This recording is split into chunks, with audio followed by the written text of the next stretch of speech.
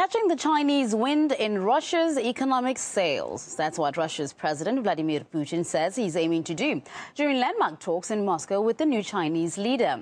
We're now looking at live pictures of the two leaders who are just waiting there to give a joint news conference at the Kremlin. You can see that journalists are from both China and Moscow and all around the world just sitting there taking questions with the two leaders. Now, key energy deals have already been signed, including on the construction of a gas pipeline to China, the world's biggest energy consumer. President Xi Jinping chose Russia as his first foreign destination since taking office earlier this month. And just to remind you, Vladimir Putin also chose China for his first trip after being elected for his current term. RT's Anissa Nawe has more on the ever-strengthening partnership between the two powers.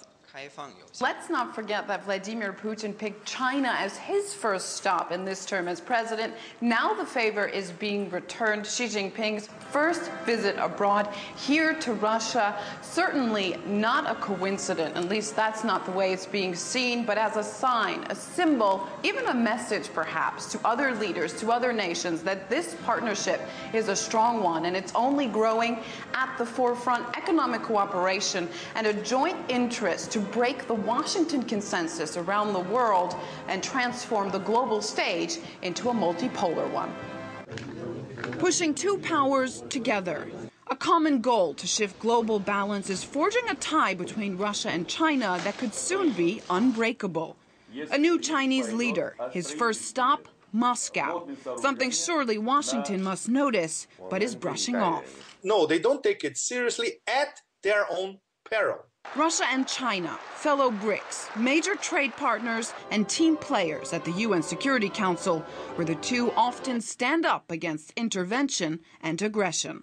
Moscow and Beijing have seen the impact of NATO-backed attacks, and they don't want the instability that Washington seeks in the Middle East.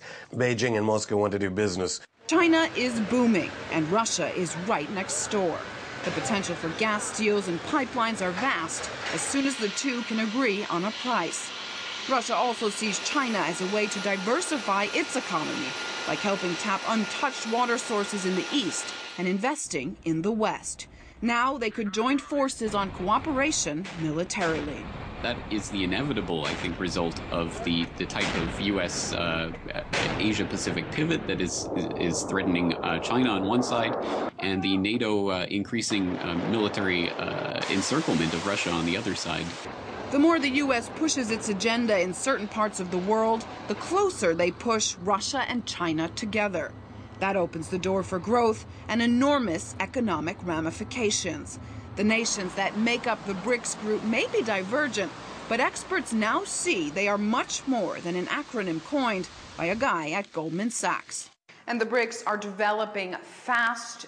They agree on all of the fundamentals. That is, they want a multipolar world and they want to have more say on what happens in it geopolitically. But what they need to do is put their money where their mouth is. That's the short answer. According to Vladimir Putin, the main goal now is to move from a dialogue-based format that focuses on smaller issues, more relative to them, to a full-scale strategic cooperation mechanism that focuses on solving key global issues together. In order for them to do that, they need to push forward with their plans of a BRICS development bank that could counter institutions like the IMF.